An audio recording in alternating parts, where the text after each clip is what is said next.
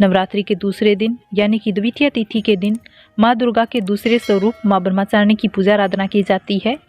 आज की इस वीडियो में आप जानोगे कि माँ ब्रह्मचारिणी की पूजा आराधना किस प्रकार से करनी चाहिए, माँ ब्रह्मचारिणी की पूजा का क्या महत्व है, माँ ब्रह्मचारिणी की पूजा करने से किस फल की प्राप्ति होती है, किस वरदान की प्राप्ति होती है, माँ ब्रह्मचारिणी को क्या भोग अर्पित करना चाहिए, किस रंग के वस्त्र धारण करके पूजा आराधना करनी चाहिए और मंत्र क्या है।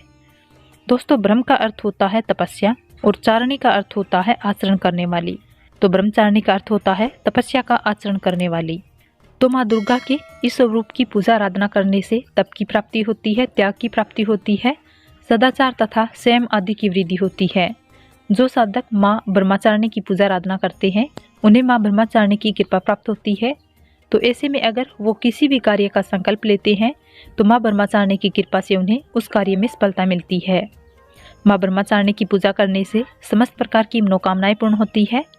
माँ ब्रह्मचारिणी की पूजा विधि की बात करें तो नवरात्र में प्रथम दिन जिस प्रकार से पूजा आराधना की जाती है वो विशेष पूजा होती है, क्योंकि उस दिन चौकी की स्थापना हम करते हैं, कलश इत्यादि स्थापित करते हैं, अखंड दीप प्रज्वलित करते हैं। लेकिन दूसरे दिन से पूजा बिल्कुल सामान्य हो जाती है। प्रातःकाल आपको जल्दी उठना है, स्नान आदि से निवृत्त होकर स्वस्थ वस्त्र धारण कर सबसे पहले भगवान सूर्य देव को जल अर्पित कीजिए। माँ का प्रिय रंग भी जान लेते हैं जिसे धारण करके आपको आज की पूजा आराधना करनी है। तो माँ ब्रह्मचारिणी का प्रिय रंग है पीला या सफेद। तो आप आज की पूजा में चाहे तो इन रंगों के वस्त्र धारण कर सकते हैं या फिर अपनी इच्छा के अनुसार हल्के रंग के वस्त्र धारण करके भी पूजा कर सकते हैं। नवरात्रि में माँ दुर्गा का प्रिय रंग लाल है, तो आप चाहे तो लाल रंग के वस्त्र भी धारण कर सकते हैं। वस्त्र आप काले या नीले रंग को छोड़कर किसी भी अन्य रंग के वस्त्र धारण करके पूजा कर सकते हैं। उसके बाद आपने जहाँ पर चौकी लगाई है वहाँ पर आसन लगाकर बैठेंगे। तो सबसे पहले जो भी पूजा सामग्री होती है वो व्यवस्थित करके चौकी के पास रख लेनी है, क्योंकि बार बार आसन से उठना नहीं चाहिए, नहीं तो आपकी पूजा का संपूर्ण फल आपको प्राप्त नहीं होता। सबसे पहले आप सामग्री एकत्रित कर लीजिए, उसके बाद पूजा प्रारंभ करेंगे।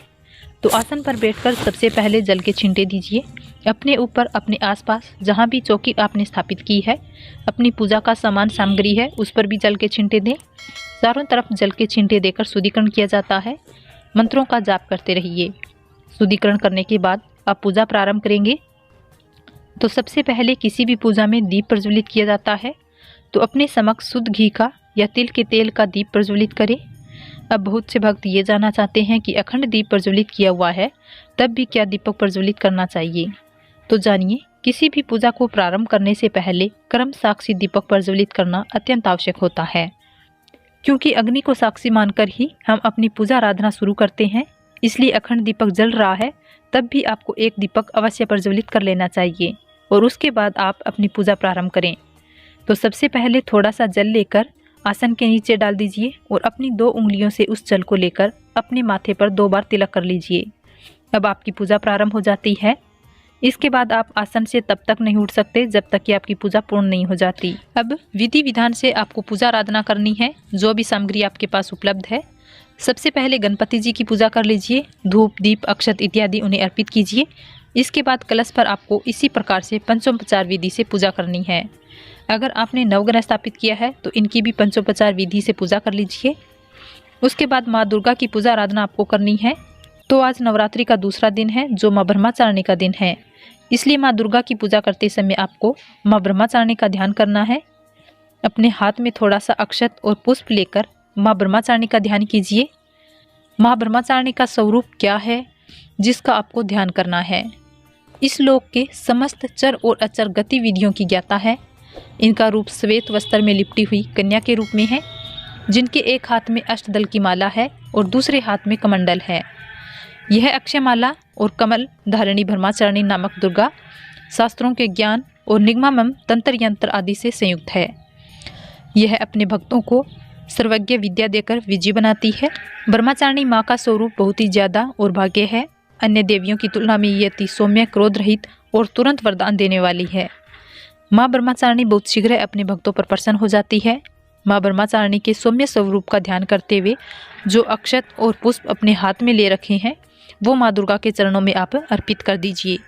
और माँ ब्रह्मचारिणी का ध्यान करते हुए आपको जिस मंत्र का जाप करना है वो है या देवी सर्वभूतेषु माँ ब्रह्मचारिणी रूपेण संस्थिता नमस्तस्ये नमस्तस्ये नमस्तस्ये नमो नमः।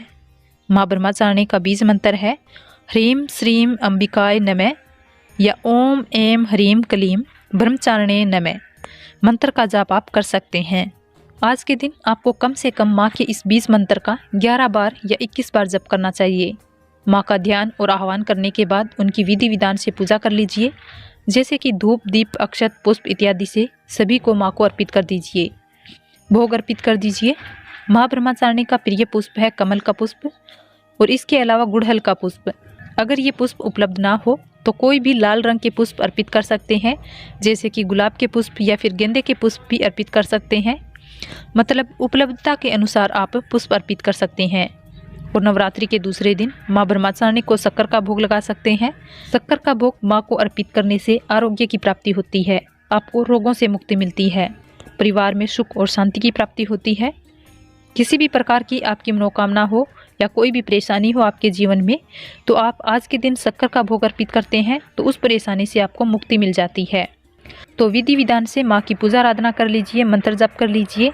जब आपकी पूजा पूर्ण हो जाती है तो कपूर और लौंग से माँ दुर्गा की आरती करनी चाहिए, या आप चाहे तो शुद्ध घी के दीपक से भी आप माँ की आरती कर सकते हैं। और इसके बाद आप क्षमा याचना कर लीजिए।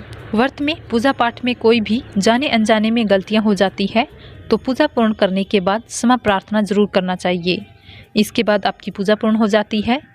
अब आप अपने आसन के नीचे फिर से थोड़ा सा जल डालिए। अब अपनी दोनों उंगलियों से उस जल को उठाइए और अपने मस्तक पर लगा लीजिए। इसके बाद ही आप आसन से उठ सकते हैं।